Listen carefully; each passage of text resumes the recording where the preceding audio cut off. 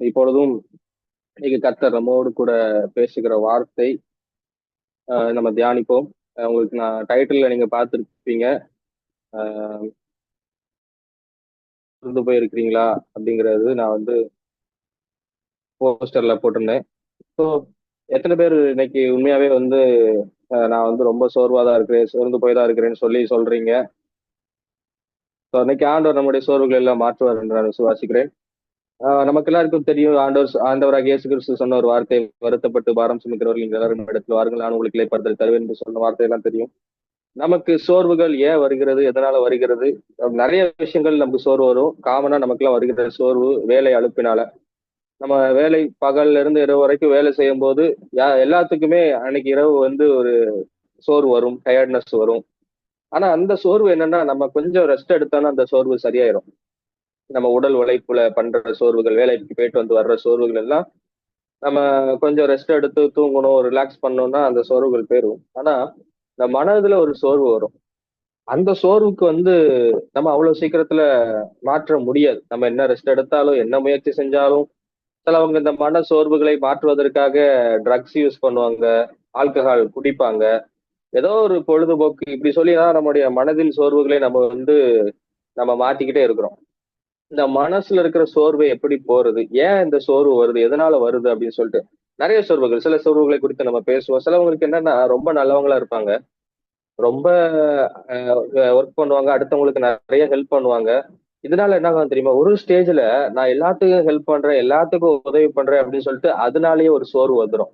இனிமே நான் யாருக்கும் ஹெல்ப் பண்ண போறது கிடையாது அப்படின்னு சொல்லிட்டு தாவீது வந்து சவுலுக்கு பயந்து ஒரு வனாந்தரத்துல உயிருக்கு, சவுல் தன்னை கொன்று விடுவான் என்று சொல்லி ஒவ்வொரு இடமா அவர் சுத்திட்டே இருப்பாரு. அவருடைய உயிருக்கே அங்க ஆபத்து இருக்கும்போது அவரு சீப் அப்படிங்கிற ஊர், அங்க ஒரு பிரச்சனை வரும். சோ அவங்களை காப்பாற்றுவதற்காக தாவீது அங்க போவார். இவர் லைஃப்லயே ஏற்கனவே ஒரு ப்ராப்ளம், இவரே ஒரு உயிருக்கு பயந்து ஓடிட்டு இருக்கிறாரு. இந்த சூழ்நிலையில அந்த ஊர்ல உள்ள ஜனங்களுக்காக அவர் போய் காப்பாற்றுவதற்காக போய் அவங்கள சேவ் பண்ணுவார், காப்பாற்றுவார். காப்பாத்திட்டு என்ன ஆகும்னா, சரி பரவாயில்ல, அவங்க என்ன பண்ணிருக்கணும், பரவாயில்ல தாவீதே, நீங்க உங்க கஷ்டத்தின் நடுவுல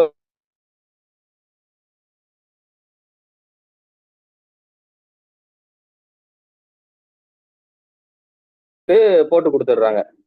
ஹெல்ப் பண்ணது அவனுடைய கஷ்டத்திலேயே வந்து பாவம் ஹெல்ப் பண்ணிருக்கிறாரு. ஆனா ஹெல்ப் பண்ண தாவீதையே சவுல்ட்ட போட்டு கொடுக்குறாங்க, வந்து இவனை பிடிச்சுக்கோங்க அப்படின்னு சொல்லிட்டு.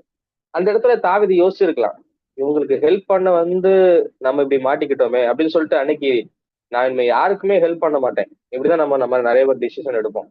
என்னைக்காவது ஒரு இடத்துல ஹெல்ப் பண்ணி நம்ம மாட்டிக்கிட்டோம்னா நம்ம அடுத்து எடுக்கிற முடிவு என்ன தெரியுமா, நான் இனிமே யாருக்குமே ஹெல்ப் பண்ண மாட்டேன், அவ்வளவுதான் அப்படின்னு சொல்லிட்டு. தாவீது அந்த இடத்துல விசாரிக்கிறாரு ஆண்டவர்ட்ட, ஆண்டவரே இந்த இடத்துல இந்த ஜனங்கள் என்ன ஒப்பு கொடுப்பாங்களா இல்லையா அப்படின்னு. ஆண்டவர் சொல்றாரு ஒப்பு கொடுப்பாங்க அப்படின்னு கிளம்பி போயிடுறாரு.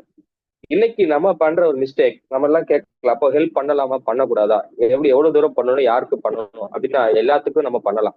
துரோகிகள், ஆண்டவர் ஏனென்றால் நல்லவர்களுக்கும் துரோகிகளுக்கும் அவர் நல்லவராக தான் இருக்கிறார்.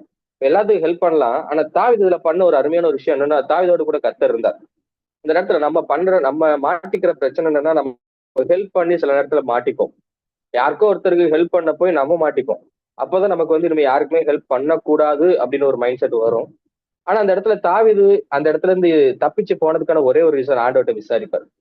நம்ம நிறைய டைம் மனிதர்களை ரொம்ப சார்ந்து வாழ ஆரம்பிச்சிடும். இவங்கெல்லாம் நமக்கு பண்ண போறாங்க, இவங்கெல்லாம் நமக்கு செய்ய போறாங்க அப்படின்ட்டு. இல்லங்க, இந்த உலகத்துல யார் வேணா எப்ப வேணா மாறலாம், எல்லாருமே மனிதர்கள் தான், எல்லாருமே பலவீனர்கள் தான். அப்போ நம்ம அவங்க நம்மளை ஏதோ ஒண்ணு ஏமாற்ற போறார்கள் என்று தெரிந்து தாவீது அதுக்கு முன்பதாகவே கர்த்தரிடத்துல விசாரித்து வெளியே வந்துட்டார். இன்னைக்கு மனிதர்கள் ஏமாற்றதான் செய்வார்கள், மனிதர்கள் நம்பிக்கை துரோகம் பண்ணதான் செய்வாங்க, அதை மாற்றவே முடியாது. ஆனா நம்ம ஆண்டவருக்குள்ள இருக்கும்போது இந்த மாதிரி விஷயங்கள்ல நம்ம சிக்காம தப்பித்துக் கொண்டு தாவீதை போல தப்பித்து தப்பித்து வந்து கொண்டே இருக்கலாம். அதற்காக நம்ம உதவி செய்கிறதையும் நிப்பாற்ற கூடாது. வசனம் சொல்லுகிறது, நன்மை செய்கிறதில் சோர்ந்து போகாதிருங்கள், அப்படி செஞ்சோம்னா ஏற்ற காலத்துல அறுப்போம். நன்மை செய்யறதுல சோர்ந்து போயிடவே கூடாது. ஏன்னா ஏற்ற காலத்துல நமக்கு பலன் இருக்கிறது. அப்போ ஒருவேளை நீங்க உதவி செய்த மனிதர்களிடத்திலிருந்து உங்களுக்கு ஹெல்ப் வராது. நீங்க யார் யாருக்கெல்லாம் உதவி செஞ்சீங்களோ அவங்க உங்களுக்கு திருப்பி உதவி பண்ணுவாங்களாங்கிறது டவுட் தான். ஆனா நீங்க நீங்க எதையுமே எதிர்பார்க்காம நீங்க செய்யறதை செஞ்சுட்டே இருங்க, உங்களுக்கான பலன் ஆண்டவரிடத்துல வரும். நிறைய விஷயங்களை நம்ம பைபிள்ல இருந்து சொல்லி கொடுக்கலாம். தாவீதை குறித்து பேசலாம், யோசேப்பு குறித்து பேசலாம். யோசேப்பு சிறைச்சாலையில இருக்கிறார். ஏற்கனவே இதெல்லாம் நம்ம பேசியிருக்கிறோம். சிறைச்சாலையில இருக்கும்போது அவர் லைஃபே ஒரு சிறைப்பட்டு போன ஒரு சூழ்நிலை. ஏற்கனவே யோசேப்புடைய லைஃபே ஒரு ஜெயில இருக்கிறதானக்கான ஒரு லைஃப். அந்த லைஃப்ல இருந்துட்டு அவர் வந்து அடுத்தவங்களோட போய் விசாரிக்கிறார். அவர் விசாரிக்கிறதுக்கு எந்தவித இது தேவையே கிடையாது. அவங்க ஏன் கஷ்டப்படுறாங்க, அவங்க ஏன் சோர்வா இருக்காங்கன்னு சொல்லி யோசேப்பு கேட்க வேண்டிய அவசியமே கிடையாது. ஆனாலும் போய் விசாரிக்கிறார். விசாரிக்கிறார். அவங்க என்ன கவலைங்கிறது கேட்டு தெரிஞ்சுக்கிறாரு. அவங்களுடைய சொப்பனங்களுக்கு விளக்கம் கொடுக்கிறார். ஆனா அந்த அந்த ஹெல்ப்ப அந்த பானபாத்திரக்காரன் மறந்தே போயிட்டார். மறந்து போயிட்டார். 2 வருஷம் யோசேப்பு நினைக்கல. ஆனா ஏற்ற காலம் வரும்போது கர்த்தர் யோசேப்போட கூட இருந்து மனிதர்கள் மறந்தாலும் யோசேப்பை எங்க கொண்டு வைக்கணுமோ அங்க கொண்டு போய் வைத்தார். ஏன் இதை நான் சொல்லுகிறேன்னா, ஹெல்ப் பண்றதுல ஒரு நாள் டயர்ட் ஆயிராதீங்க. நமக்கு டயர்ட் வரதான் செய்யும். ஏன் இதெல்லாம் நம்ம செய்யணும்? ஏன் நம்ம ஹெல்ப் பண்ணணும் எல்லாத்துக்கும்? ஏன் இதை செய்யணும்? எல்லாரும் நம்ம ஹெல்ப் பண்றவங்க, நம்ம இவ்வளவு நன்மை செஞ்சிருக்கிறோம், இவ்வளவு உண்மையா இருந்திருக்கிறோம், இதனால என்ன பலன் அப்படின்னு சொல்லி நமக்கு நிறைய கேள்விகள் வரதான் செய்யும். ஆனா உங்களுக்கு பலன் அளிக்கிறவர், நமக்கு பலன் தருகிறவர் அவர் ஆண்டவராகிய இயேசு கிறிஸ்து. வசனம் சொல்லுகிறதுல நீங்கள் எதை செய்தாலும் மனுஷர்களுக்கு செய்யாமல் தேவனுக்கென்றே கர்த்தருக்கென்றே மனப்பூர்வமாய் செய்யுங்கள் என்று வசனம் சொல்கிறது. அப்போ நீங்க செய்கிற சின்ன காரியங்கள், உதவிகள் இதெல்லாம் மனுஷன் எனக்கு திரும்பி தருவான். நீங்க ஒரு கடன் கொடுக்கும்போது இந்த மனுஷன் எனக்கு திரும்பி தருவான் என்று எதிர்பார்த்து கொடுக்காதீங்க. இது எனக்கு கர்த்தர் தருவார் அப்படின்னு. அப்ப இந்த மாதிரியான ஒரு வாழ்க்கையை நம்ம வாழ வேண்டும். எதையுமே மனுஷன்ட்ட திருப்பி எதிர்பார்க்காதீங்க. மனுஷன் கொடுத்தா அவன் கம்மியா நீங்க கொடுத்தது திருப்பி கொடுப்பான். ஆனா ஆண்டவர் கொடுத்தாருன்னா அது நீங்க நினைச்சு பாக்குறத விட நீங்க செஞ்சது சின்ன உதவியா இருக்கலாம். நீங்க கொடுத்தது கொஞ்சமா இருக்கலாம். ஆனா ஆண்டவர் திருப்பி கொடுக்கும் போது அது எல்லாவற்றையும் பல மடங்காய் திருப்பி தருவார். எனவே நீங்க செய்யறத எதுக்குமே என்னைக்குமே மனுஷனுக்காக செய்யாதீங்க. இந்த மனுஷனுக்கு செஞ்சா எனக்கு ஹெல்ப் திருப்பி கிடைக்கும், இவங்களுக்கு செஞ்சா எனக்கு திரும்ப ஏதாவது கிடைக்கும்னு நினைச்சு யாருக்குமே செய்யாதீங்க. தேவன் அழகா சொல்லியிருக்கிற என்னன்னா, நீ நீ விருந்து பண்ணும்போது உனக்கு திருப்பி யாரும் ஹெல்ப் பண்ண முடியாதவங்களை கூப்பிட்டு உதவி பண்ணு அப்படின்னு சொல்லி விருந்து கொடு அப்படின்னு சொல்லிட்டு. ஏன் அதெல்லாம் சொல்லியிருக்காருன்னா, அப்பதான் ஆண்டவர் உங்களுக்கு உதவி செய்வார். எந்த உதவியுமே நம்ம எதிர்பார்த்து செய்யக்கூடாது. அவங்ககிட்ட இருந்து ஏதாவது நமக்கு கிடைக்கும் என்று எதிர்பார்த்து செய்யக்கூடாது. அது ஏமாற்றத்தை தான் கொடுக்கும். ஒரு விஷயம் ஏமாற்றம் தான். அது எவ்வளவு நெருங்கின நண்பர்களா இருக்கட்டும், உறவினர்களா இருக்கட்டும், பெற்றோர்களா இருக்கட்டும், எல்லாம் ஏன் சொல்றேன்னா மனிதர்கள் பலவினர்களாக உருவாக்கப்பட்டவர்கள். எல்லாமே பலவினர். ஏன்னா நம்மளை பத்தி நமக்கு தெரியும். நீங்களும் பலவினர்கள் தான். நம்மளும் நம்ம நம்ம மூலமா யாராவது ஏமாற்றப்பட்டவர்கள் இருப்பாங்க. அப்படி பார்க்கும்போது இந்த உலகத்துல எல்லாருமே பலவினர்கள். அப்ப யாருமே நம்ம செஞ்ச உதவிக்கு திருப்பி செய்யணுங்கிறது நம்ம எதிர்பார்க்க முடியாது. நீங்க செய்யறத செஞ்சுட்டே இருங்க. கர்த்தர் உங்களுக்கு உதவி செய்வார். ஓகே. இந்த பலவீனங்கள், சோர்வுகள் நான் பார்த்த ஒரு விஷயம் என்னன்னா, உலகத்துல ஒரு மனுஷனை முன்னேற விடாமல் தடுக்கிறது இந்த டயர்ட்னஸ். அவனால எதுனாலும் சமாளிச்சிருவான். ஆனா அந்த டயர்டு வந்துருச்சுன்னா, அவனால அடுத்து எந்த வேலையுமே செய்ய முடியாது. சோம்பேறி ஆயிடுவாங்க. அதுக்கப்புறம் போதும். இந்த வார்த்தையை சொன்னது எலியா. சொல்றாரு, ஒரு ஒரு வார்த்தை எசபேல் சொன்ன ஒரு வார்த்தை எலியாட்ட இருந்து வாயில வருது என்ன வருதுன்னா, போதும் கர்த்தாவே என் ஜீவனை எடுத்துக்கணும். இந்த வார்த்தையை நம்ம பல முறை யூஸ் பண்ணிருப்போம். என்னடா வாழ்க்கை இது, என்ன வாழ்க்கை இந்த வாழ்க்கை அப்படின்னு சொல்லி நம்ம பல முறை நம்ம இந்த வார்த்தையை யூஸ் பண்ணிருப்போம். எலியா அதான் சொல்றேன், ஆண்டவர் உங்களுக்காக நான் எவ்வளவு ஊழியம் செஞ்சேன் ஆண்டவரே, ஆனா போதும் போதும். எலியா யோசிக்கவே இல்லை. எலியா நீ வானத்துல இருந்து அக்கினியை இறக்குனவங்க, ஆனா உங்க வாயில இருந்து இப்படிப்பட்ட ஒரு வார்த்தை வருதே. ஏலியா அந்த டைம்ல அவனுக்கு ஏன் யோசிக்க முடியலன்னா சோர்வு வந்துருச்சு. மனதுல ஒரு டயர்டு வந்துருச்சு. டயர்டு வந்தோடனே அவனால எதையும் யோசிக்க முடியல. ஏலியாவால எதையுமே யோசிக்க முடியல. போதுங்கிற ஒரு வார்த்தை வருது. இன்னைக்கு அப்படிதான். நீங்க எவ்வளவு பெரிய ஸ்ட்ரென்த் உங்களுக்குள்ள இருக்குங்கிறதே உங்களுக்கு மறந்துடுவீங்க. உங்களுக்கு இருக்கிற பொட்டான்சியலை நீங்க மறந்துடுவீங்க. உங்க மேல வச்சிருக்கிற அபிஷேகத்தை நீங்க மறந்துடுவீங்க. இந்த சோர்வு வரும்போது, இந்த பலவீனம் மாதிரி அந்த சோர்வுகள் வரும்போது நீங்க யாருங்கிறத நீங்க சில நேரம் மறந்துடுவீங்க. மறந்துட்டு எலியாவை போல ஆண்டவர்ட்ட நம்ம பண்ற ஜெபம்ல, ஆண்டவர் எப்போதும் ஆண்டவர் இல்லைன்னா எனக்கு வேண்டாம்ப்பா, இது என்னால முடியல அப்படின்னு சொல்லிட்டு தான் நம்ம ப்ரேயர் பண்ணணும். நம்முடைய ஜெபம் அப்படி இருக்கக்கூடாது சப்பா. எங்களுக்கு முடியல உண்மைதான், நாங்க டயர்டா இருக்க உண்மைதான், ஆனால் இதை மேற்கொள்வதற்கான ஸ்ட்ரென்த் எங்களுக்கு தாங்கன்னு சொல்லிதான் நம்ம ப்ரே பண்ணோம். இன்னைக்கு நிறைய பேருடைய ஜெபங்கள் போதும் ஆண்டவர் இதனால முடியல, இந்த லைஃப் என்னால வாழ முடியல, இந்த ஃபேமிலி என்னால சமாளிக்க முடியல, இந்த ஜாப் என்னால முடியல, இப்படி நிறைய விஷயங்களை ஆண்டவர்ட்ட முடியலன்னு சொல்றோம். ஓகே. ஆனா நம்ம ஜெபத்தை கொஞ்சம் எக்ஸ்ட்ரா ஆட் பண்ணி ஆண்டவர் இதெல்லாம் தாண்டி வருவதற்கான ஸ்ட்ரென்த்தை தாங்கன்னு சொல்லி ப்ரேயர் பண்ணுவோம். ஆண்டவர் எலியாவின் ஜெபத்திற்கு பதிலை தரல. அவன் வச்ச ரெக்வெஸ்ட் என் ஜீவனை எடுத்துக்கோங்க. இன்னைக்கும் வேதனைக்குரிய விஷயம் என்னன்னா, கிறிஸ்தவர்கள் அதிகமாய் பண்ணுகிற ஜெபம், ஆண்டவரே எப்படியாவது நான் உங்ககிட்ட வந்துடுறேன், என் ஜீவனை எடுத்துக்கோங்க அப்படின்னு சொல்லி கிறிஸ்தவர்கள் அதிகமாய் பண்ற ஜெபம். உண்மைதான். இந்த உலகம் நம்மை சோர்ந்து போக வைக்கிறது. இந்த உலக மனிதர்கள் நம்மை டயர்ட் பண்றாங்க. நம்மை நேசிக்கிறவர்கள் நம்மை சோர்ந்து போக வைக்கிறாங்க. நம்ம நம்ம நமக்காக டைம் ஸ்பெண்ட் பண்ண மாட்டாங்க. நம்மளுடைய மனதை புரிந்து கொள்ள மாட்டார்கள். இதெல்லாம் இருக்கதான் செய்யும். ஆனா அதற்காக நம்ம இந்த உலகத்தை விட்டு போகணுங்கிறது அவசியம் கிடையாது. ஏனென்றால் இந்த உலகத்தை வாழ்வதற்கான எல்லா சூழ்நிலையும் ஆண்டவர் வைத்திருக்கிறார். எல்லாவற்றுக்கும் மேலாக அவர் நம்ம கூட இருக்கிறார். எலியாட்ட ஆண்டவர் சொன்ன காரியம் என்ன தெரியுமா? உனக்கு இங்க என்ன வேலை எலியா? நான் உன்னை இப்படி நான் உன்னை எதிர்பார்க்கல. நீ உன்னை இந்த வார்த்தையை சொல்வதற்காக நான் உன்னை இவ்வளவு தூரம் வளர்த்து கொண்டு வரல. நான் சாகணும்னு சொல்ற இந்த வார்த்தையை உன் வாயில இருந்து கேட்கறதுக்காக நான் உன்னை இவ்வளவு தூரம் போஷிக்கல. உன்னை இவ்வளவு தூரம் நான் நடத்தல. நீ செய்ய வேண்டிய காரியம், அந்த வசனம் சொல்லுகிறது, நீ போக வேண்டிய பிரயாணம் வெகு தூரம். நீ பண்ண வேண்டிய காரியங்கள் இன்னும் அநேகம் இருக்குது. நீ இப்பவே போதும், இப்பவே எனக்கு எடுத்துக்கோங்க, இதுக்கு மேல என்னால முடியலன்னு சொல்லி ப்ரேயர் பண்ணாது. நீ செய்ய வேண்டிய விஷயங்கள் இன்னும் நிறைய இருக்கு. உன்னை கொண்டு நான் செய்ய வேண்டிய காரியங்கள் இன்னும் நிறைய இருக்குது அப்படின்னு ஆண்டவர் இன்னைக்கு நம்ம பார்த்து எலியாவிட்ட சொன்னது போல அதே வார்த்தையை நம்மோடு சொல்லுகிறார். ஒரு நாள் சோர்ந்துடாதீங்க. சோர்வு வந்தாலும் ஆண்டவர்கிட்ட போய், ஆண்டவரே எனக்கு பலனை தாங்க அப்படின்னு கேளுங்க. பாருங்க, எல்லாரும் வாழ்க்கையிலும் சோர்வு வருங்க. நான் யோசிச்சு பார்த்தேன், சோர்வு வரவே கூடாதா, டயர்டு வரவே கூடாதா அப்படின்னு சொல்லி பார்த்தா, பாவத்தினால ஒரு சோர்வு, பாவம் பண்ணிட்டு டயர்ட் ஆயிடுவாங்க. எல்லார் வாழ்க்கையிலும், பவுலா இருக்கட்டும் சரி, பேதுருவா இருக்கட்டும் சரி, எல்லாரும் வாழ்க்கையிலும் ஏதோ ஒரு சமயத்துல சோர்வு வரதா செஞ்சது. பவுல் சொல்லுகிறார், நிர்பந்தமான மனுஷன் நான், யார் என்ன இந்த பாவ சரீரத்துல இருந்து விடுதலைப்படும்? இந்த உலகம் எங்களை சோர்ந்து போக வைக்கிறது, இந்த உலகம் எங்களை விழத்தள்ளுகிறது. இந்த உலகத்துல விழாத மனுஷர்கள் யாரும் கிடையாது, சோர்ந்து போகாத மனுஷர்கள் யாரும் கிடையாது, தப்பு பண்ணாத மனுஷர்கள் யாருமே கிடையாது. நம்ம ஏதோ ஒரு சின்ன ஒரு மிஸ்டேக் வச்சுட்டு, ஒரு டயர்ட் இதை வச்சுட்டு நம்ம வாழ்க்கை அவ்வளவுதான் முடிஞ்சிருச்சு, அவ்வளவுதான் ஆண்டவர் முடிஞ்சிருச்சு அப்படின்னு நம்ம யோசிச்சுட்டு இருக்கோம். இல்லைங்க, உலகத்துல அவ்வளவு பெரிய ஊழியம் செய்த பவுலுக்கு ஒரு டயர்ட்னஸ் இருந்துச்சு. அவரே சொல்றாரு, யோவான் ஸ்நானகரை எடுத்து பாத்தீங்கன்னா, அவரு ஆண்டவருக்காக சொல்றாரு, ஸ்திரீகள்ல பிறந்த ஒளிகளில் யோவான் ஸ்நானகரை பார்க்கலாம் பெரிய தீர்க்கதரிசி யார் மேலன்னு ஆண்டவரே சாட்சி கொடுக்குறாரு. அவர் கடைசியா சொல்றாரு ஆண்டவர்கிட்ட, அவர் ஜெயில இருக்கும்போது வார்த்தைக்காரு, வருகிறவர் நீர்தானா இல்ல வேற யாரும் வர வேண்டுமா அப்படின்னு. அவ்வளவுதான், முடியல ஆண்டவரே, நீங்க நான் இவ்வளவு ஊழியம் பண்ணேன், கடைசியில இன்னைக்கு ஜெயில நிக்கிறேனே அப்படின்னு சொல்லிட்டு அவர் அங்க போயிட்டு டயர்டாயி இப்படி ஒரு கொஸ்டின் கேட்கிறாரு. இப்ப எல்லாருடைய லைஃப்லயும் ஒரு டயர்ட்னஸ், ஒரு வீக் வீக் பாயிண்ட்ல நம்ம நிக்கிறோம். அது எவ்வளவு பெரிய மினிஸ்ட்ரி பண்றவங்களா இருந்தாலும் சரி, எவ்வளவு பெரிய ஊழியக்காரங்களா இருந்தாலும் சரி, வரதான் செய்யும். நம்ம அடுத்தவங்க சிரிக்கிறாங்க, ஜாலியா இருக்காங்க பார்த்துட்டு அவங்க நல்லா இருக்காங்க, நம்ம லைஃப் மட்டும் தான் அப்படி இருக்குன்னு நம்ம யோசிக்க வேண்டாம். யோவான் ஸ்நானகன் கூட அப்படிதான். தேவன் இவர்தான் உலகத்தின் பாவத்தை சுமந்து தீர்க்கிற தேவாட்டு குட்டின்னு சொல்லி அடையாளப்படுத்தி கொடுத்தா யோவான் ஸ்நானகன். இயேசு கிறிஸ்துவுக்கே ஞானஸ்தானம் கொடுத்த யோவான் ஸ்நானகன் அவர் சொல்லுகிறார், வருகிறவர் நீர் தானா இல்ல யாருக்காவது காத்திருக்கா? நீங்க தானா என் லைஃப்ல ஏன்ப்பா இதெல்லாம் நடக்குது? நீங்க தான் என்ன அழைச்சிங்கன்னா என் லைஃப்ல இதெல்லாம் ஏன் நடக்குது? இதெல்லாம் நீங்க என் கூட இருக்கிறீங்கன்னா அப்புறம் ஏன் நான் இந்த ஜெயில இருக்கிறேன் அப்படின்னு யோவான் ஸ்நானகனுக்கு ஒரு டவுட் கடைசி நேரத்துல.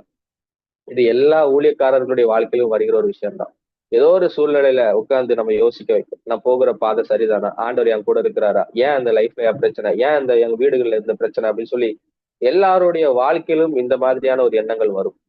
இந்த எண்ணங்கள் வரும்போது நீங்க நம்ம செய்ய வேண்டிய ஒரு விஷயம் என்ன தெரியுமா? இன்னைக்கும் இந்த எண்ணத்தோடு நிறைய பேர் இந்த இடத்துல கேட்டுட்டு இருக்கீங்க. அதனாலதான் இந்த வார்த்தையை நான் உங்களோட சொல்லி கொண்டிருக்கிறேன். நீங்க இந்த எண்ணம் வருதுங்கிறதுக்காக அவ்வளவுதான் லைஃப் முடிஞ்சிட்டுன்னு யோசிச்சிடாதீங்க. இன்னைக்கு இரவு போயிட்டு நம்ம ஆண்டவர்கிட்ட மறுபடியும் எனக்கு அந்த ஸ்ட்ரென்த் தாங்கப்பா. பவுல்கிட்ட சொன்னார்ல ஆண்டவர், பலவீனம் இருக்கும் பவுலே, ஆனாலும் உன் பலவீனத்துல என் பலன் பூரணமாய் விளங்கும், நான் உன் கூட இருப்பேன், நீ பயப்படாத அப்படின்னு சொல்லிட்டு எத்தனையோ பலவீனங்கள், எத்தனையோ போராட்டங்கள் வந்தாலும் கர்த்தர் கூட இருக்கிறார். ஏன்னா இன்னைக்கு யோசிக்கலாம். எல்லாத்துக்கு மேல ஒரு அழகா இன்னொரு சம்பவத்தை நான் வாசித்து முடிக்கிறேன். யோவான் 4வது அதிகாரம், நான் அந்த வசனத்தை மட்டும் நான் வாசிக்கிறேன். 6வது வசனம், அங்கே 5வது வசனத்துல வாசிக்கிறேன். அவர் சமாரிய நாட்டின் வழியே போக வேண்டியதாக இருந்தபடியால் யாக்கோபு தன் குமாரன் யோசேப்புக்கு கொடுத்த நிலத்துக்கு அருகே இருந்த சமாரியாவில் உள்ள சீகார் என்னப்பட்ட ஊருக்கு வந்தால் இளைப்படைந்தவராய் அந்த கிணற்று. இயேசு கிறிஸ்துவை குறித்து சொல்லப்பட்டிருக்கிறது, இயேசு பிரயாணத்தினால் இளைப்படைந்தவராம். பாருங்க, நம்முடைய தேவனாகிய இயேசு கிறிஸ்துவுக்கே ஒரு இளைப்பு, ஒரு சோர்வு, ஒரு டயர்டு நம்மளாம் ஏமாத்துறோம். அவர் பிரயாணத்தினால் இளைப்படைந்தவராய் ஒரு இடத்துல உட்கார்ந்துட்டாருன்னா என்ன அர்த்தம்? இனிமே முடியாது, இனிமே என்னால நடக்க முடியாது. பாருங்க, இது யாரும் விதி விலக்கு கிடையாது. நம்ம நிறைய டைம் உட்கார்ந்துருப்போம், நிறைய டைம் இதுக்கு மேல என்னால முடியாது. ஒரு அழகா ஒரு பழைய பாடல் ஒன்று தெரியும். பழைய பாடல்ல மோசஸ் ராஜசேகர் அவருடைய பாடல், நான் கடந்து வந்த பாதைகள் கரடுமேடுகள், நான் நடந்து வந்த பாதை முட்கை வேலுகள், நடக்க முடியல ஏசப்பா நடக்க முடியலன்னு ஒரு பாடல். ஆமா, எல்லாருக்கும் இதே போன்ற ஒரு சூழ்நிலை வரும். இனிமேல் என்னால நடக்க முடியல, இனிமே என்னால போக முடியுமான்னு எனக்கு தெரியல, இனிமே என்னால ப்ராக்ரஸ் முன்னாடி போக முடியுமா எனக்கு தெரியல அப்படின்னு சொல்லுவோம். இயேசு கிறிஸ்துவ பாருங்க, இலைப்படைந்தவராய் அந்த இடத்துல கிணற்றின் அருகே உட்கார்ந்தார். இயேசு கிறிஸ்துவுக்கே நடக்க முடியல, இயேசு கிறிஸ்துவுக்கே நடக்க முடியல. நம்மையே தூக்கி சுமக்கிறவருக்கே ஒரு சோர்வு. யோசிச்சு பாருங்க. அப்போ இந்த மனிதனை பிறந்த எல்லாருக்கும் பலவீனங்களும் சோர்வுகளும் வருகிறது, இயல்புதான். இயேசு கிறிஸ்துக்கே வருதுன்னா நம்மள ஏமாத்திரும். அப்போ இந்த சம்பவத்தை எல்லாம் வாசித்து பாத்தீங்கன்னா அந்த இடத்துல என்ன நடக்கும்னா, அவர் கிணற்று அருகே உட்கார்ந்து இருக்கும்போது ஒரு ஒரு சமாரியா ஸ்திரீ ஒருத்தங்க வருவாங்க. அவங்க வந்து நமக்கு எல்லாருக்கும் அந்த சம்பவங்கள்லாம் தெரியும். நிறைய கணவர்கள் அவங்களுக்கு இருந்தாங்க. இப்ப இயேசுவிடத்துல வந்து இயேசு அவங்ககிட்ட பேசுறாரு. பேசி சொல்றாரு. பேசும்போது இயேசுவினிடத்துல தீர்க்கதரிசிங்கிறத அவங்க கண்டுபிடிக்கிறாங்க. பாவத்தை எல்லாம் அறிக்கை செய்யறாங்க. அந்த இடத்துல மனம் திரும்புறாங்க. மனம் திரும்ப இந்த சம்பவங்கள்லாம் நமக்கு தெரியும். அந்த சமாரிய ஸ்திரீ இயேசுவை ஏற்றுக்கொள்கிறார். இவர்தான் உலகத்துல வருகிற மெய்யான தேவகுமாரன்கிறதை ஏற்றுக்கொள்கிறார். மேசியாங்கிறதை ஏற்றுக்கொள்கிறார். ஏற்றுக்கொண்டு தன்னுடைய பாவத்தை எல்லாம் விட்டு மனம் திரும்புகிறார். திரும்பின உடனே இந்த இந்த சம்பவங்கள்லாம் நடந்து கொண்டிருக்கும் போது இயேசு அந்த இடத்துல இருக்கிறார். இயேசு அந்த சமாரிய ஸ்திரீ இருக்கிறாங்க. இயேசுவோடு கூட வந்த சீஷர்கள் அவங்க என்ன பண்றாங்கன்னு நம்ம பார்க்கலாம். ஆஹ் என்ன பண்றாங்கன்னா 7வது வசனத்துல அவருடைய சீஷர்கள் போஜன பதார்த்தங்களை கொள்ளும்படி ஊருக்குள்ளே போயிருந்தார்கள். இப்ப இயேசு மட்டும் இங்க டயர்ட்ல உட்கார்ந்து இருக்கிறாரு. சீஷர்கள் சாப்பாடு வாங்குறதுக்காக ஊருக்குள்ள போயிட்டாங்க. இப்போ இயேசு டயர்ட்ல இங்க இருக்கிறாரு. இந்த சமாரிய ஸ்திரீட்ட பேசிட்டு இருக்கிறாரு. சீஷர்கள் அவர் கூட இல்ல. இப்ப என்ன நடக்குது? இந்த சூழ்நிலைகள்லாம் நடக்குது. இயேசு அவர்கிட்ட பேசுறாங்க. பேசி அவர் மனம் திரும்புகிறார். இயேசுவை ஏற்றுக்கொள்ளுகிறார். அப்படி நடந்துட்டு இருக்கும்போது சீஷர்கள் மறுபடியும் திரும்பி வராங்க. திரும்பி வரும்போது அஹ் 31வது வசனத்துல தான் நான் வாசிக்கிறேன். யோவான் 4வது அதிகாரம் 31வது வசனத்துல இப்படி நடக்கையில் சீஷர்கள் அவரை நோக்கி ரபி போஜனம் பண்ணும் என்று வேண்டிக் கொண்டார்கள். அதற்கு அவர் நான் புசிப்பதற்கு நீங்கள் அறியாத ஒரு போஜனம் எனக்கு உண்டு என்றார். அப்பொழுது சீஷர்கள் ஒருவர்களை பார்த்து யாராவது அவருக்கு போஜனம் கொண்டு வந்திருப்பானோ என்றார்கள். இயேசு அவர்களை நோக்கி நான் என்னை அனுப்பினருடைய சித்தத்தின்படி செய்து அவருடைய கிரியையை முடிப்பதே என்னுடைய போஜனமா இருக்கிறது. நம்ம இந்த இந்த சாப்டர் ஆரம்பிக்கும் போது இயேசு டயர்டா இருக்கிறாருங்கிறத நம்ம பார்த்தோம். டயர்ட்ல தான் இருக்கிறாரு. சீஷர்கள் சாப்பாடு வாங்க போகிறாங்க. அவர் டயர்டா இருக்கிறாருன்னு தெரிஞ்சுதான் அவருக்கு சாப்பாடு வாங்குறதுக்காக தான் போறாங்க. ஆனா அவங்க வர்றதுக்குள்ள இங்க இயேசு டயர்ட்லாம் மாறி சாப்பிட்ட ஏதோ நிறைய சாப்பிட்டு விருந்து பண்ணி சாப்பிட்ட மாதிரி உட்கார்ந்து இருக்கிறார். சீஷர்களுக்கு டவுட், என்ன இவர் யாரும் நம்ம வர்றதுக்கு முன்னாடி வேற யாரோ இவருக்கு சாப்பாடு கொடுத்துட்டாங்க போல அப்படின்னு சொல்லி அவங்களுக்குள்ள டவுட். அப்பதான் இயேசு எக்ஸ்பிளைன் பண்றாரு எப்படி அவருடைய இளைப்பு மாறினது, எப்படி அவருடைய சோர்வு மாறினங்கிறத அவர் எக்ஸ்பிளைன் பண்றாரு. என்னன்னா நான் என்னை அனுப்பினருடைய சித்தத்தின்படி செய்து அவருடைய கிரியையை முடிப்பதே என்னுடைய போஜனமா இருக்கிறது. இன்னைக்கும் இயேசு நடுவுல ஒரு ஊழியம் செய்தார் தெரியுமா? இந்த இலைப்படைந்து அந்த கிணற்றிலே உட்கார்ந்து இருக்கும் போது அந்த சமாரிய ஸ்திரீயை வழி நடத்தினார் தெரியுமா? அந்த ஊழியத்தை செய்தார் தெரியுமா? அந்த ஊழியம் பிதாவின் சித்தத்தை செய்யும் போதே அவருடைய சோர்வுகள் மாறிவிட்டது. இன்னைக்கும் நம்ம சோர்வுகள் மாறுவதற்கு ஒரு முக்கியமான ஒரு விஷயம் என்ன தெரியுமா? பிதாவின் சித்தத்தை செய்வது. ஆண்டவர் நம் வாழ்க்கையில நமக்கு வைத்திருக்கிற சித்தத்தை நிறைவேற்றும் போது, நமக்காக அவர் முன் குறித்திருக்கிற ஊழியங்களை செய்யும் போது இன்னைக்கு உங்க வாழ்க்கையில உள்ள சோர்வுகள் மாறும். நம்ம வேலை செய்யலாம், ஓடலாம், உழைக்கலாம். ஆனா அதெல்லாம் தாண்டி இந்த மனச்சோர்வு இது மாற வேண்டும் என்று நீங்கள் விரும்பினீங்கன்னா உங்க வாழ்க்கையில தேவனுடைய சித்தம் என்ன என்பதை அறிந்து ஊழியத்தை செய்யுங்க. நிச்சயமா உங்க சோர்வுகள் மாறும். பாருங்க, இலைப்படைந்தவராய் இனிமே நடக்க முடியாதுன்னு உட்கார்ந்து இருக்கிறாரு. ஆனா சீஷர்கள் வர்றதுக்குள்ள அவருடைய சோர்வு எல்லாம் மாறிடுச்சு. எப்படி அன்னைக்கு அந்த சமாரிய ஸ்திரீ இதை உணர்ந்திருக்கலாம். நீங்க யாராவது ஊழியம் பண்றவங்க யாராவது இருந்தீங்கன்னா இதை நீங்க ஃபீல் பண்ணியிருப்பீங்க. ஏன் சொல்றேன்னா நம்ம ஊழியம் பண்ணும்போது நமக்கே தெரியாம ஒரு உற்சாகம் வரும். எங்க இருந்து வருதுன்னே நமக்கு தெரியாது. டயர்டா இருப்போம். மெசேஜ் கொடுக்கும் போதெல்லாம் யோசிச்சு பாத்தீங்கன்னா தெரியும். யாராவது ஸ்டேஜ்ல ஏறி மெசேஜ் கொடுக்குறீங்க இல்ல சர்வீஸ்ல மெசேஜ் கொடுக்குறீங்கன்னா தெரியும். ரொம்ப டயர்டா இருக்கும், ரொம்ப பலவீனமா இருக்கும். ஆனா மெசேஜ் கொடுக்கும்போது எங்க இருந்து ஒரு ஸ்ட்ரென்த் வரும் நமக்கே தெரியாது. எங்க இருந்து அந்த உற்சாகம் வருங்கிறது நமக்கே தெரியாது. ஆண்டவர் நம்ம கூட அந்த ஸ்ட்ரென்த் தருவார். அதே போலதான் இன்னைக்கு யாராவது என் லைஃப்ல என்ன செஞ்சாலும் இந்த பலவீனம் மாற மாட்டேங்குது, என்ன செஞ்சாலும் என் சோர்வுகள் போக மாட்டேங்குது நீங்க நினைச்சிட்டு இருந்தீங்கன்னா இன்னைக்கு தயவு செய்து உங்க வாழ்க்கையில தேவன் உங்களை குறித்து என்ன நோக்கம் வச்சிருக்கிறாரு, நீங்க என்ன ஊழியம் செய்யணுங்கிறத கண்டுபிடித்து தயவு செய்து ஊழியத்தை செய்ய ஆரம்பிங்க. இந்த ஊழியத்தை ஆண்டோடைய சித்தத்தை நீங்க செய்ய ஆரம்பிக்கும் போது ஏதாவது ஒரு ஊழியம் கிடையாது. ஏதாவது ஒரு ஊழியம் பண்ணா சோர்வு வந்துடும். ஊழியத்துல வித்தியாசம் இருக்கு. ஆண்டவருடைய சித்தத்தின்படி செய்கிற ஊழியம், நம்முடைய விருப்பத்தின்படி செய்கிற ஊழியம். இல்ல ஏதோ ஒரு ஊழியத்தை நீங்க செஞ்சுட்டே இருக்கிறீங்க அப்படின்னாலும் அதனாலேயே சோர்வு வரும். ஆனா பிதாவின் சித்தம் இன்னதென்று அறிந்து அந்த வேலையை நீங்க செஞ்சீங்கன்னா, அந்த கிரியையை நீங்க செஞ்சீங்கன்னா, அந்த ஊழியத்தை நீங்க செஞ்சீங்கன்னா இந்த பலவீனம், இந்த சோர்வுகள் இது மாறும், இது மறையும். ஏதோ நிறைய ஒரு சாப்பிட்ட மாதிரியான ஒரு ஸ்ட்ரென்த் வரும். ஏதோ பெரிய விஷயத்த சாதிச்ச மாதிரியான ஒரு ஸ்ட்ரென்த் வரும். இது எங்கேயும் கிடைக்காத ஒரு சந்தோஷம் வரும். அதுதான் அவருடைய சித்தத்தை செய்து முடிப்பதை. இதுதான் இயேசு கிறிஸ்து சொல்கிறார். சீஷர்களுக்கு ஆச்சரியம், யார் இவருக்கு சாப்பாடு கொடுத்தா, எப்படி இவருடைய சோர்வு மாறினது, நம்ம நடந்து போனா, ஆனா நம்ம கூட நடக்க முடியாத அளவுக்கு இவரு கிணத்துல அருகில உட்கார்ந்து இருந்தாரு. இவருக்கு எங்க இருந்து இந்த ஸ்ட்ரென்த் வந்துச்சுன்னு சீஷர்களுக்கு எல்லாம் ஆச்சரியம். ஆண்டவர் தான் சொல்றாரு, என் பிதாவின் சித்தத்தை செய்து முடிக்கிறது தான் எனக்கு ஸ்ட்ரென்த். இன்னைக்கும் நீங்க ஸ்ட்ரென்த் இல்லாம இருக்கிறீங்களா? பலன் இல்லாம இருக்கிறீங்களா? சோர்ந்து போய் இருக்கிறீங்களா? ஆண்டவருடைய சித்தத்தை செய்ய ஆரம்பிங்க. உங்க வாழ்க்கையில அவர் உங்களுக்கு வச்சிருக்கிற ஊழியத்தை செய்ய ஆரம்பிங்க. செய்ய ஆரம்பிக்கும் போதே உங்களுக்கு ஒரு ஸ்ட்ரென்த் வரப்போகுது. பலவீனங்கள் மறைய போகுது. இன்னைக்கு எனக்குமே டயர்டா தான் இருந்துச்சு. நான் அதனாலதான் இந்த மெசேஜை நான் இன்னைக்கு கொடுக்கறதுக்கு நான் வந்தேன். ஆர் யூ டயர்ட் அப்படின்னு சொல்லிட்டு. இன்னைக்கு நிறைய பேர் டயர்டா இருக்கீங்க, என்னால ஃபீல் பண்ண முடியுது. நிறைய பேர் சோர்ந்து போய் போதுன்னு நிறைய விஷயத்த ஆண்டவர் உங்களுக்கு கொடுத்த தரிசனத்தை போதுன்னு மூட்டை கட்டி வச்சிருக்கிறீங்க, ஃபீல் பண்றேன். ஆனாலும் மறுபடியும் ஆண்டவர் சொல்கிறார், நீ போக வேண்டிய தூரம், நீ பண்ண வேண்டிய பிரயாணம் வெகு தூரம். இயேசு கிறிஸ்துவ கூட அவருடைய பிரயாணத்தினால ஒரு டைம்ல இதுக்கு மேல நடக்க முடியலன்னு ஸ்டாப் பண்ணி உட்கார்ந்துட்டாரு. சோர்வுகள் வரும், ஒரு பாஸ் வரும், நம்ம லைஃப்ல ஒரு பிரேக் வரும். ஆனாலும் மறுபடியும் ஓடுங்க. மறுபடியும் ஆண்டவருக்காக பிரகாசிங்க. எப்படி பிரகாசிக்க முடியும்னா, இன்னொரு விஷயம் நான் சொல்ல மறந்துட்டேன். நமக்கு ஸ்ட்ரென்த் தருகிறது கர்த்தருடைய வசனம். அவருடைய வசனம் தான் நமக்கு சாப்பாடு. அவருடைய பிரசன்னம் தான் நமக்கு தண்ணீர். இன்னைக்கு சோர்ந்து போய் இருக்கிறீங்க, கர்த்தருடைய வசனம் தான் நமக்கு தேற்றும். இந்த வசனத்தை முதல்ல வாசிங்க. 2வது ஊழியத்தை செய்யுங்க.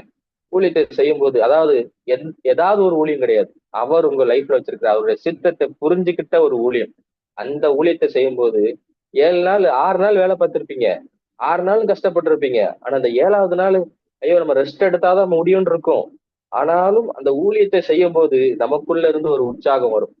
நமக்குள்ள ஒரு பலன் வரும். எப்படி ஒரு டயர்டே இருக்காது. ஆண்டவருக்காக ஓடும்போது, ஆண்டவருக்காக வேலை செய்யும் போது அந்த டயர்டை ஆண்டவர் மாற்றி போடுவார். அது யாரா இருந்தாலும் சரி.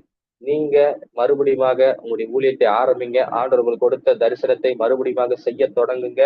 கர்த்தர் நிச்சயமாய் உங்கள் பலவீனங்களை மாற்றுவார், சோர்வுகளை மாற்றுவார். இன்னைக்கு ஒருவேளை கூட யாராவது இவங்க கேட்டு இருப்பாங்கன்னா தட்டி சொல்லுங்க, உன் பலவீனம் இன்னையோட மாறப்போகிறது. உன் சோர்வுகள், உன் மன சோர்வு, உன்னால வாழ்க்கையில முன்னேற முடியாது, இதுக்கு மேல எனக்கு ஒரு எதிர்காலம் இருக்குதா, என் லைஃப் எங்க போக போகுது, என் குடும்பம் எங்க போக போகுது, இந்த மாதிரியான மனதுல வர்ற உங்களை மனதை சோர்வுபடுத்துகிற எல்லா எண்ணங்களும் இயேசுவின் நாமத்துல மறையட்டும்.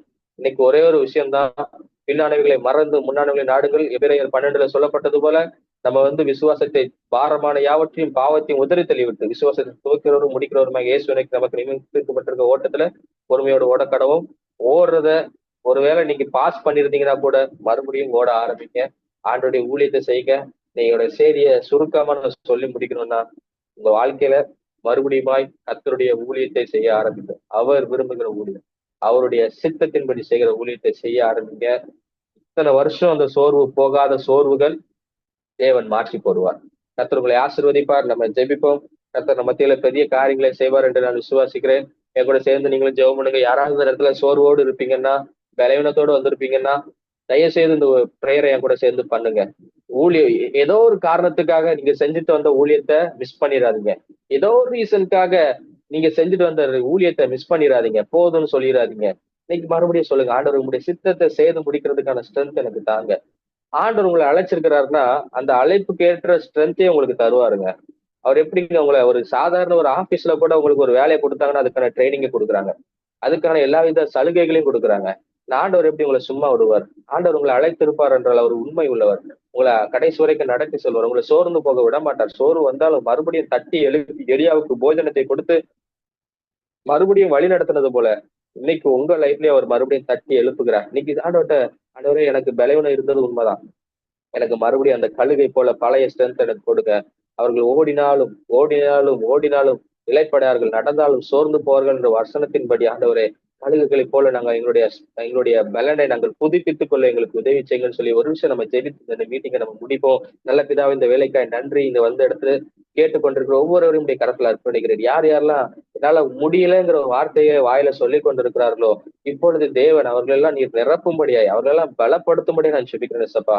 இயேசுவின் நாமத்துல அந்த வாயில இருந்து வருகிற போதுங்கிற வார்த்தை, முடியலைங்கிற வார்த்தை, வேண்டாங்கிற வார்த்தை எல்லாம் இயேசுவின் நாமத்துல மறைந்து போகட்டும். நான் ஓடுவேன், நான் எழும்புவேன் என்கிற வார்த்தை வரட்டும் இயேசுவின் நாமத்துல. அவங்களுடைய வயோதீபத்தை நினைத்து எனக்கு வயசாயிடுச்சு, இனிமேல் என்னால எதுவும் பண்ண முடியாது என்று நினைக்கிறவர்களுக்காக நான் ஜெபிக்கிறேன். தேவன் ஆண்டவரே, முதிர் வயதிலும் அவர்கள் கனி தந்து புஷ்டியா இருப்பார்கள் என்ற வார்த்தையின்படியாக இப்பொழுதே தேவன் அவங்க முதிர் வயதிலும் உங்களுடைய ஊழியத்தை நிறைவேற்றுவதற்கான பலனை நீர் கொடுக்கறதுக்காக உங்களுக்கு நன்றி செலுத்துகிறேன். யார் யாரெல்லாம் ஏதோ நான் எத்தனையோ பேருக்கு ஹெல்ப் பண்ணேன், எல்லாரும் என்ன மறந்துட்டாங்கன்னு சொல்லி டயர்ட்ல இருக்கிறவங்களுக்கா நான் ஜெபிக்கிறேன். ஏற்ற காலத்துல நீங்கள் சோர்ந்து போகாமல் இருந்தீர்கள், ஏற்ற காலத்துல அறுப்பீர்கள் என்ற வார்த்தையின்படியாக கரெக்டான காலத்துல ஆண்டவர் யோசேப்பை போல உங்களை உயர்த்துவார் என்று வார்த்தையை கொடுக்கிறார். தேவரீர் வந்திருக்கிற ஒவ்வொருவரையும் ஆசீர்வதிங்க, பலப்படுத்துங்க, சோர்வுகளை மாற்றி போடுங்க. கிருபை இரக்கம் எங்களோடு கூட இந்த வழி நடத்தட்டும். மீண்டும் நாளை நாங்கள் சந்திக்கும் போது இந்த பலவீனங்கள் சோர்வுகள் எல்லாம் மறைந்து போயிருக்கட்டும். நீர் மாத்திரம் மகிமைப்படுகிறது. எல்லா துதிக்கான மகிமை ஒருவருக்கு மாத்திரமே செலுத்துகிறேன். இயேசுவின் நாமத்தை ஜெபிக்கிறேன். ஜீவனுள்ள பிதாவே. ஆமென்.